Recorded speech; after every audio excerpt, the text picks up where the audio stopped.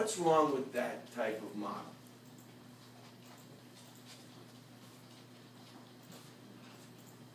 Take a look at the conditions of the model. What's wrong here? Why are they unrealistic?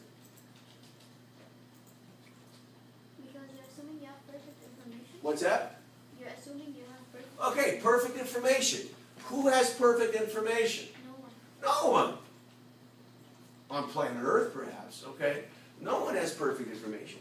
We live in a world, because if you have perfect information, there's only, you exist in the world of certainty. And what do we know about the world? We live, or are alive in the world. We live in a world of uncertainty. Hence, if we live in a world of uncertainty, we don't have perfect information. Number one. What's another one?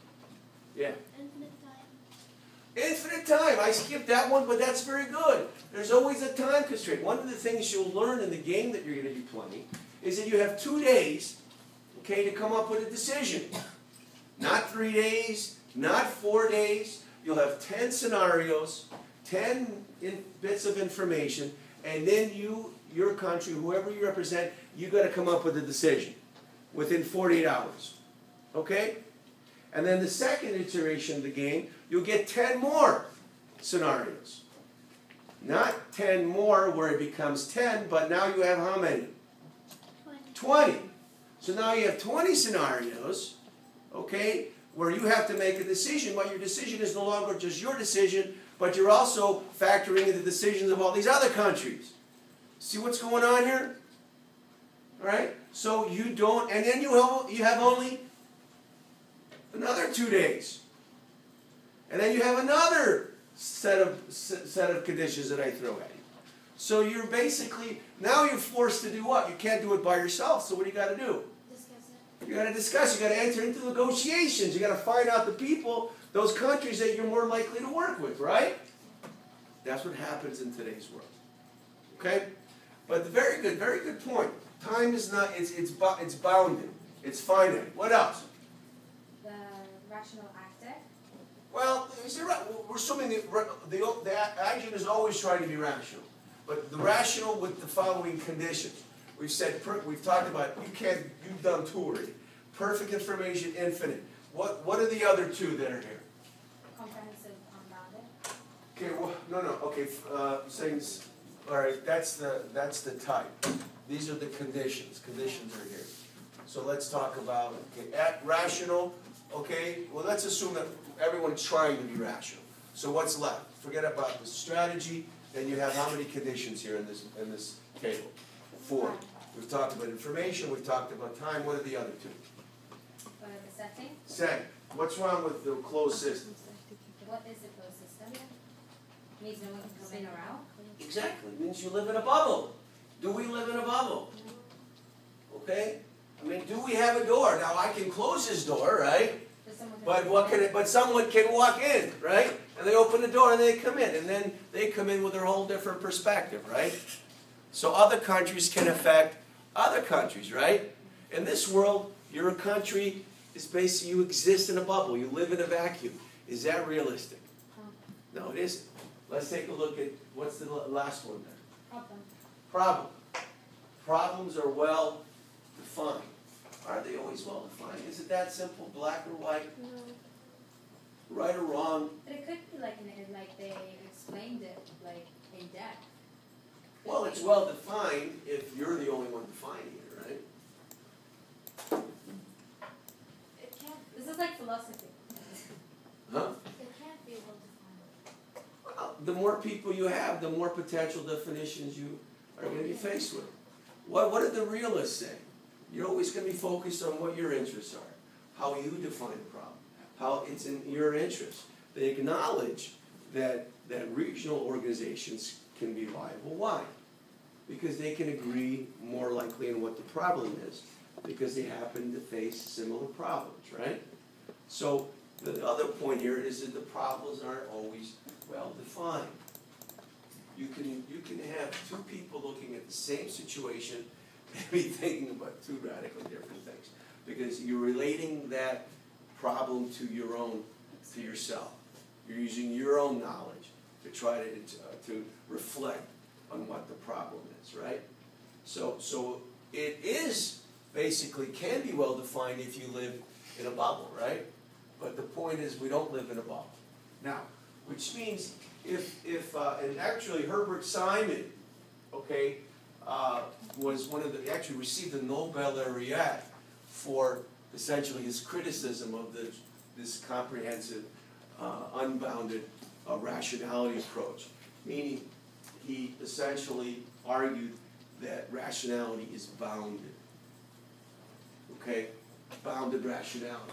Meaning, we don't optimize in this bounded rationality world, or in a bounded rationality world, we don't optimize, we satisfice. We do the best we can, given the time we have, okay, given the information we have at our fingertips to define the problem. Okay? We aspire to be rational, connecting the means and the ends, but yet we face these different types of constraints. Okay? Cognitive dissonance. Didn't we talk about that earlier on in the first chapter? What was cognitive dissonance? Get the book real quickly. Someone can read the book. On the book. Look up. What is cognitive dissonance?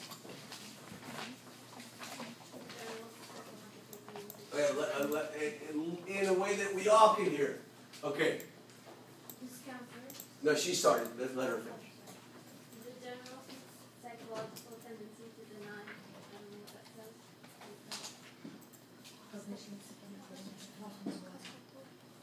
Discrepancies.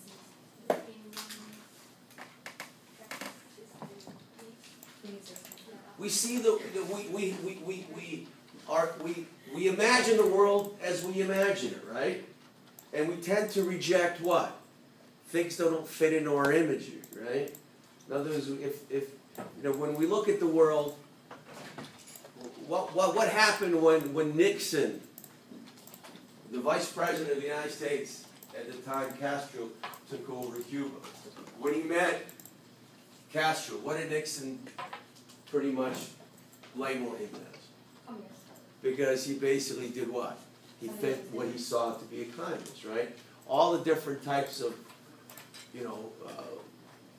things that maybe Castro was doing that could send signals that he wasn't a communist, right, were basically rejected, right? We see the world as we expect to see it. Okay? Everybody with me so far? Okay. Opportunity cost. What's your opportunity cost? Today, right now. Yeah. Sleeping. Sleeping. Okay, for you it's sleeping. What's your opportunity cost? You know what the opportunity cost is, ladies? Well, you could be What you doing give up instead of being To here. be here, right, me here listening to my lecture, right? Now, but remember, time has no value. Okay. Right? Time. What? It's time. This is important when we understand. I need you to understand what I mean by opportunity cost. Time has no value.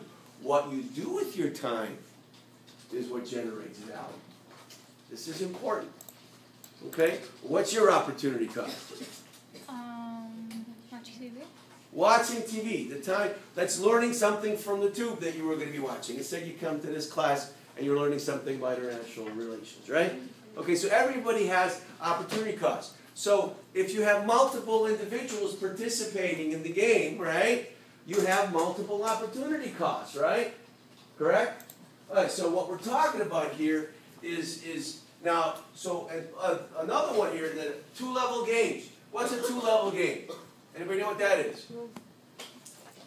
You got to play politics domestically, and you got to play politics internationally. So not only are you keeping your interest groups happy domestically, you got to deal with your interest groups on the international level. So there's constantly this two-level game that goes into the process of rational choice. Muddling through. Does anybody understand what that means? It basically derives from incremental decision making. We typically make decisions based on past information, right? And we don't really make, there's incremental change versus transformative change. Transformative change refers to radical change. Incremental change basically, essentially means little steps, baby steps, so to speak. Why? Because if you don't really have perfect information, and you're not really sure whether this is the right decision or that decision, you're more likely to do what? Minimize your, what's that? No, never mind. I thought you said if you don't have enough information, you should research. Well, you do, that's right. But if you have to make a decision you gotta make a decision at the end of the day, right? Because it's due, right? You basically are not gonna do something crazy, you're gonna do something, with reservation. Yeah. So you're gonna muddle through it, right? Okay, it's gonna be incremental. Okay, now. So typically what we have, what come along was this kind of bounded, so you go from an unbounded model to what's called a bounded model. A rational actor, he's rational, but he's imperfect. So we acknowledge that he can make a mistake, right? He's fallible. Can a person make a mistake in this world? No. No, because he has everything he needs, or she needs, right? Is that realistic? No. Of course not. So here, he attempts to be rational, but we have to recognize that he or she may make a mistake.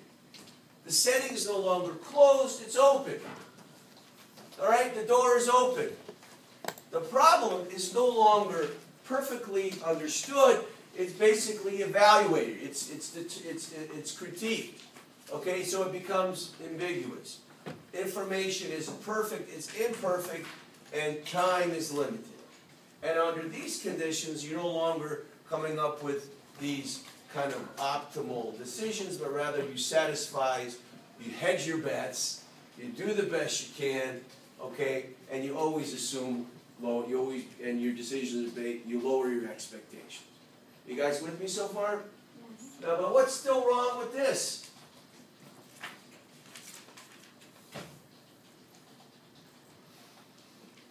We're dealing with how many actors so far? Whether we're dealing with the unbounded or bounded. One actor.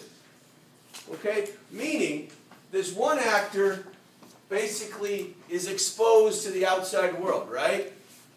But when we live in the world, are we social animals or are we individualists? We're social, right?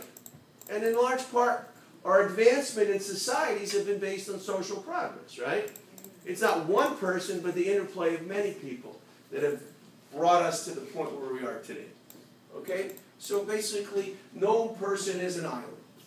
When we make a decision, the decision is always in response to someone else. Okay? Now, so what we have now is that in this kind of, in terms of this decision making, is that we have to differentiate, or we have to assume that an individual is never one person. A decision making process does not include one person, but it includes groups of people. Okay? So this bounded rationality 2 model introduces competing interest groups. Okay? Actors and competing interest groups. But here's the important distinction that you need to kind of identify here. Rooms in an organization. What does that mean? Rooms in an organization. You have an organization, you have a group there's some synergy, or people belong to a group, right? And within a group you have more than one person, right? So you have competing interests within that group, right? So if you have competing interests in the group, meaning you have multiple rooms, so to speak, everybody's defining the problem the way they see fit, right? So now you have multiple interpretations for what the problem is. You guys with me so far? I'm sorry? I said they differ from each other. They what? They differ. They do what? They They differ. differ. I don't understand. Different. They differ. Oh, they differ. Okay, they differ. Yeah, they're differentiating. Okay? So now, so typically what happens in this situation is when you have different interpretations of the problem, now you're competing to what? To make sure your definition of the problem is selected, right? So you use your power within the organization to do what? To win. So you have this competition that exists where? Within the organization.